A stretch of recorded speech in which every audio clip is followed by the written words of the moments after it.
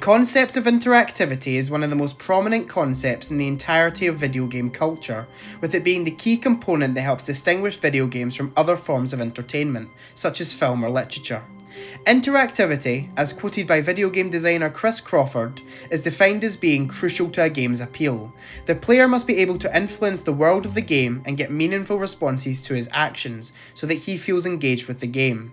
This means that for a video game to be engaging, players must be granted agency. Agency referring to the player's impact over the game world and narrative. However, what if I told you that this sense of control that you so often feel in video games is merely an illusion? Enter the Stanley Parable, a 2013 game developed by Davey Reedon and William Pugh, which consistently scrutinises the concept of interactivity. The game provides a tongue-in-cheek meta-commentary on the nature of agency within video games, with it being labelled by Andrew R. Canino as the game that speaks to other games. Upon first playing, the Stanley Parable appears to be an incredibly simple premise for a video game, with you controlling an office worker called Stanley, who one day discovers that all of his co-workers have vanished.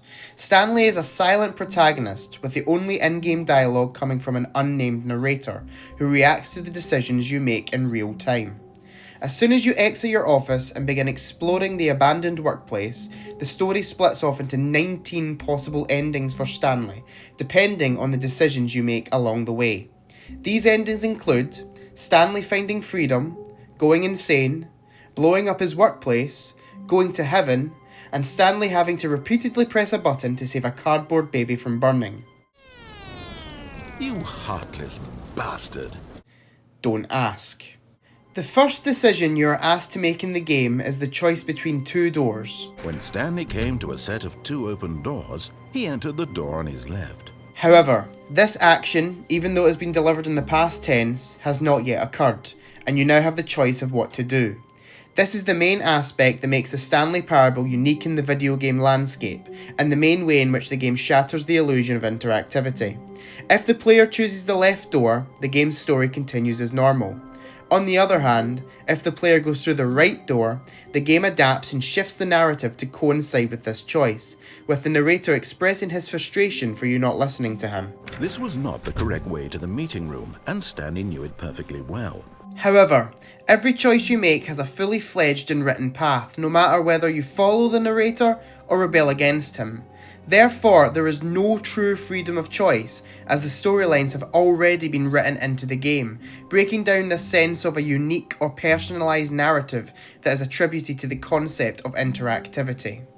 Antranig Ariksarian, in an article about this very topic, highlights the fact that the game incorporates, and even somewhat encourages, acts of rebellion against the narrator. Players think that by refusing to comply, that they are asserting the sense of freedom video games usually grant them, but the Stanley Parable is constructed in such a way that acts of rebellion are entirely anticipated and a part of the game's design. An example of this is the ending in which the player must glitch through one of the windows in order to achieve it. Once you have fallen through the window into the white abyss, the game has you believe that you have outsmarted it for a few seconds, before the narrator condescendingly says, At first, Stanley assumed he'd broken the map, until he heard this narration and realized it was part of the game's design all along. Many theorists discuss the limitations of freedom in video games, including Sarah Stang, who wrote an article which comments on the fact that interactivity is an illusion created by developers. Stang says that true interactivity currently cannot exist because video game technology is not yet advanced enough to allow complete free choice. She writes, Player input causes the game system to react in a specific pre-coded way, and given our current lack of true artificial intelligence able to adapt and generate content in reaction to unpredictable human behaviour, player choice is necessarily limited. Video games in recent years, like Starfield or Inzoi, have become fixated on marketing themselves solely on their interactivity level, but I don't necessarily think that interactivity should be a deciding factor on whether a video game is good or not. This fixation on interactivity as the hallmark of a great game can cause us to overlook the creativity and hard work put into more linear video games. Not every game needs to be a revolutionary step forward in the progress of interactivity. I think some of the greatest games of all time are the ones in which the developers had a great story to tell, and they just tell it in the way that they intended, without much choice to deviate from their intended path. It is not the interactivity commentary alone that makes the Stanley Parable memorable, it's the sense of creativity you feel while playing it. Every time I load up the game and start playing, I am reminded that great games aren't defined solely by how many choices they offer, but by the ideas they communicate and the artistry with which they do so. Whilst narrative video games continue to publicise themselves as having a real sense of agency and choice, the Stanley Parable revealed that the choices we make within these games are far more constrained than we are led to believe. It shows that what we perceive as freedom in video games is merely code, meticulously designed to create the illusion of interactivity.